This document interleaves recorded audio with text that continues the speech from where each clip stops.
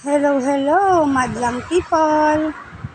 Ito na naman po tayo sa Kutkot Ingrown and Dry Skin. Ito po ang ating regular client na si Chef Romeo. Ang dry skin niya at ang ingrown ay sadyang makapalang dry skin at nakasiksik ang ingrown. So, kailangan pag nilinisan, kailangan po ng dobleng ingat para hindi natin siya ma-damage or ma-murder. Kasi ang ingrown, pag nakasiksik at nakadikit na sobra sa mga dry, sa mga skin, sa mga gilid-gilid, medyo mahirap po yan siyang baklasin o tanggalin.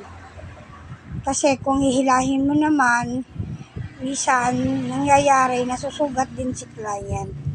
So, diskarte lang kung paanong malinisan ng maayos si client nang hindi siya nasusugatan kahit na madikit ang kanyang ingrown at dry skin.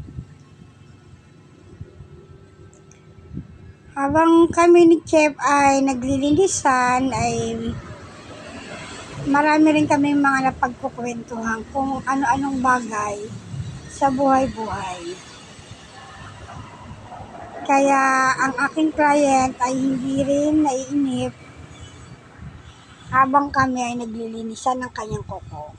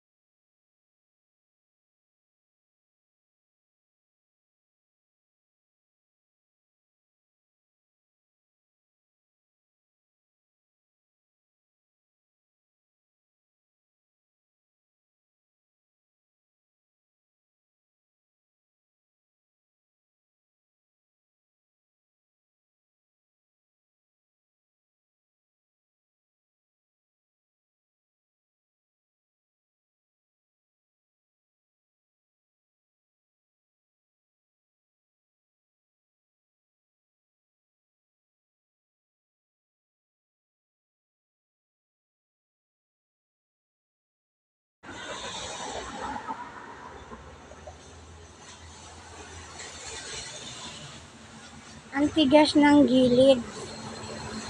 Ang nakakapako dyan ay nakabaong kuko at ang dry skin niya na nakadikit sa balat niya. At yung kanyang ingrown. Kaya medyo pahirapan din ang pagtatanggal nito. Kasi nga, medyo mahirap para sa akin kasi ingat na ingat ako na makasugat or masugatan or ma-murder ang paa ni Chef. Ayan, kunin lang sa tiyaga para makuha din siya ng maayos.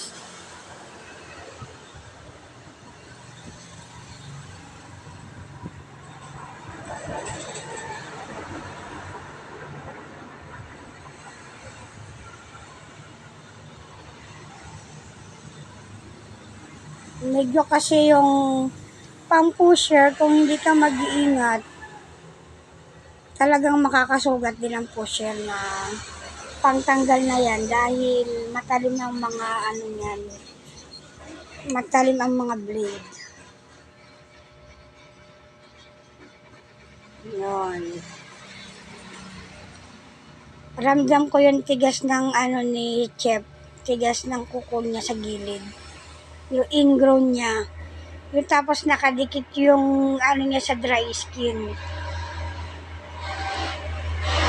Merong mga ingrown. Meron namang mga ingrown na madali lang siya matanggal kasi hindi naman siya nakabaon sa pinakakuko tsaka hindi naman nakadikit yung dry skin. Ang dry skin ng mga client sa iba-ibang klase na nahahawakan ko ay iba-iba rin ang kumbaga iba-ibang itsura.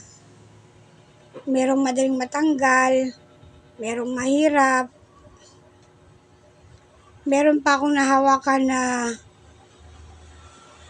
nakabaon siya, ang dry skin niya makapal, pero grabe kadikit siya doon sa balat niya. Kung hindi ko siya madidiskartehan, maaari ko siyang masugat.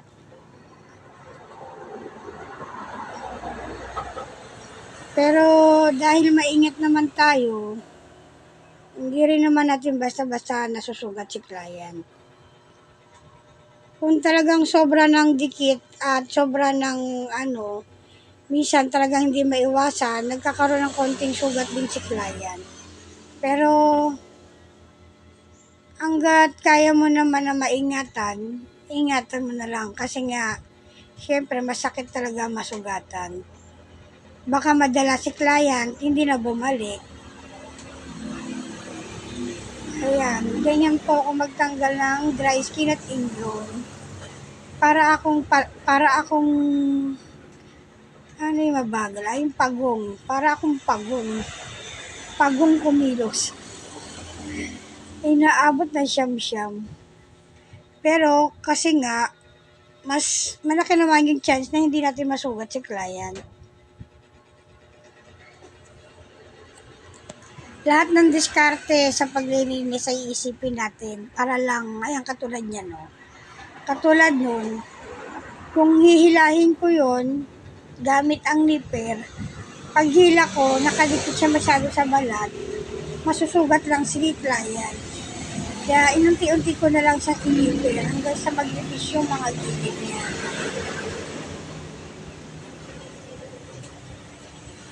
Yan, ganyan lang siya.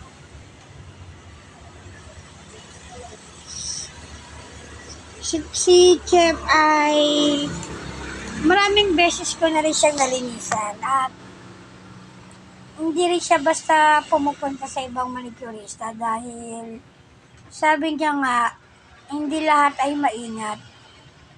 Minsan siguro hindi sila hiyang o sadyang baka baguhan pa rin ang manicurista kaya medyo nadadamage nila yung ibang client.